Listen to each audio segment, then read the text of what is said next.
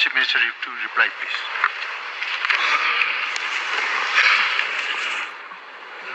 Mr. Speaker, sir, reply to star question number 1. A, sir, the total number of consultants appointed by the government are 36 individual consultants and 59 consultancy firms. B, sir, the total annual expenditure on monthly remuneration for individual consultants is 4.35 crores for the year 2024-25. Consultancy firms are typically not paid salaries or monthly remuneration like government employees. They are paid consultancy fee which is based on deliverables as per contract. Yo, parliamentary question, please. Thank you, Mr. Speaker, sir. I should thank the Honourable Chief Minister for the reply. Sir, not able to hear you, sir. Thank you, Mr. Speaker, sir. The Honourable Chief Minister for the reply. I have 5 more supplementary questions. May I know from the Honourable Chief Minister what is the mode of appointment or engagement of these consultants? Sir, the different projects or different agencies that are engaging the different consultants, be it individual consultants or be it the firms that are there.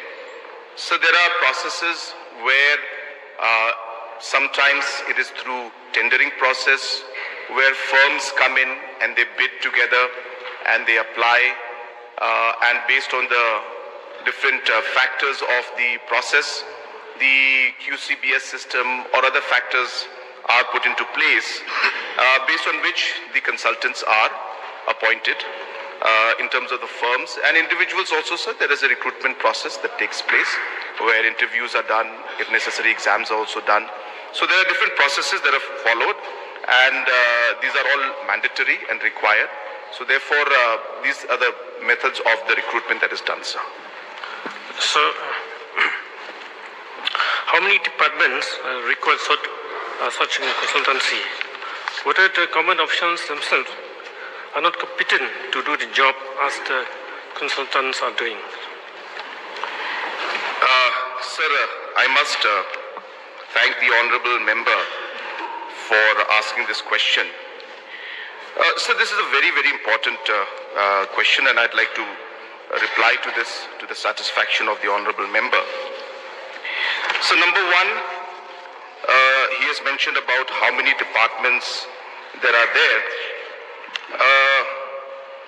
So when it comes to the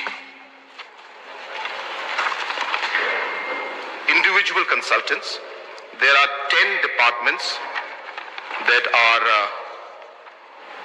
engaging individual consultants.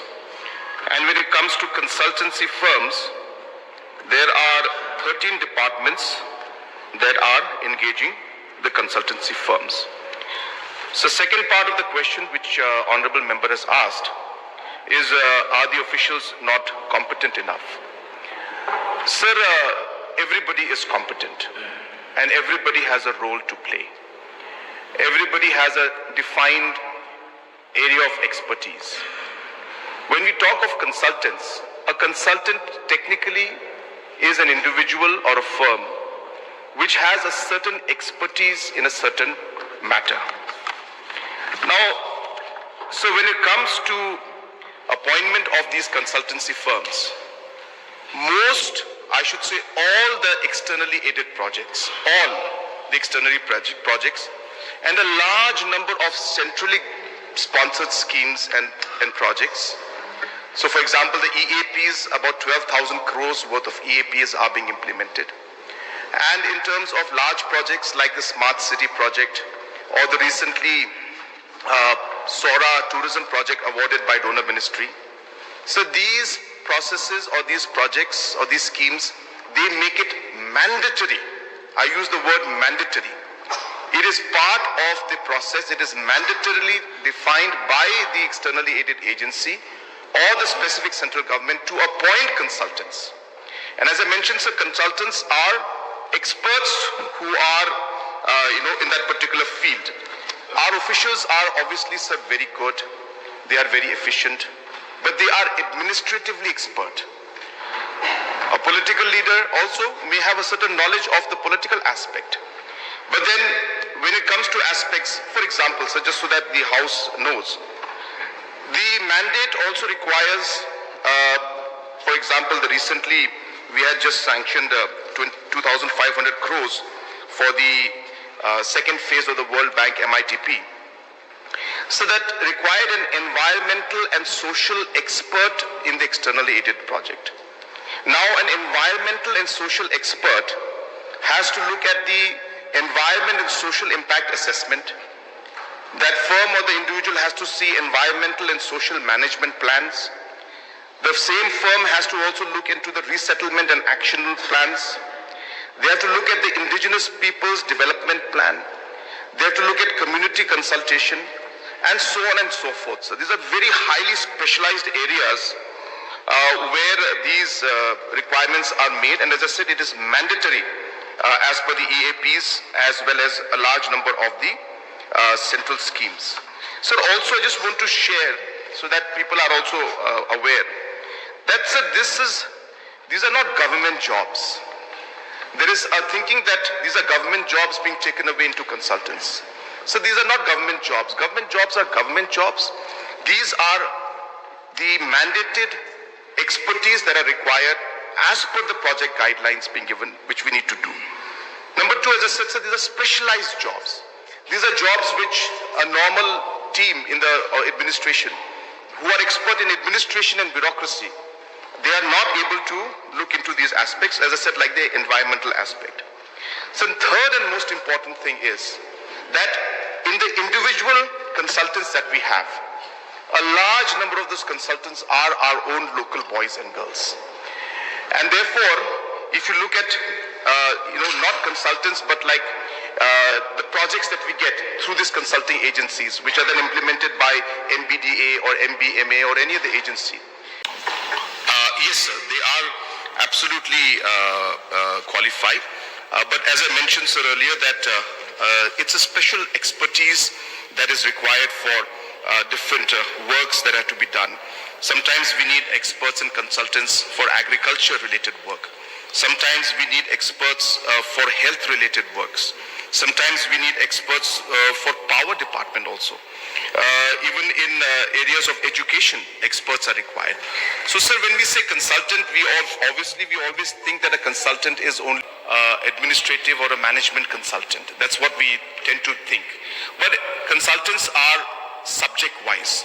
There are consultants / experts for environment, for water-related issues, for agriculture-related issues. These are all consultants only, sir. So therefore, an MBA is definitely qualified, and they would be there for a management-related consultancy. But that same MBA may not be able to do the consultancy work when it comes to, say, environment-related issues, because for that we need an environmental expert.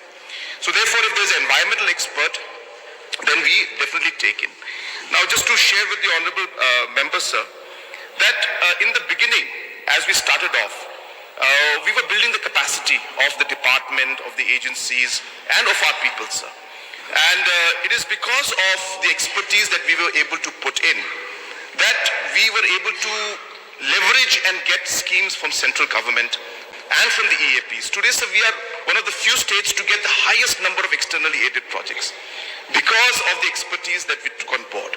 We're also one of the few states to maximize the central government agency schemes. So the project in SORA, worth about 200 plus crores, there was only one project the whole donor ministry was going to give to one of the states in the northeast. It was like a competition almost. And because of the fact that we were able to put in experts and the local, our officials and the tourism team, they worked together with experts. In time, we were able to deliver and get the 200+ crore projects. So therefore, sir, it depends. The answer is yes also, that they are capable and they can, but it depends on what expertise we require. And to conclude to this reply of this particular question, that today we have 36 individual consultants who are there, and out of this 36 individual consultants, sir, 52%, 19 of them are our own local boys and girls, our own MBAs, our own ex-officials who are there who maybe have retired, or our MBA students, or agriculture experts, or environmental experts, sir. And as we move along, we are ensuring that the capacity of our youngsters is built up through the entire ecosystem, so that more and more of our youngsters can become capable to then take on this responsibility that requires global expertise.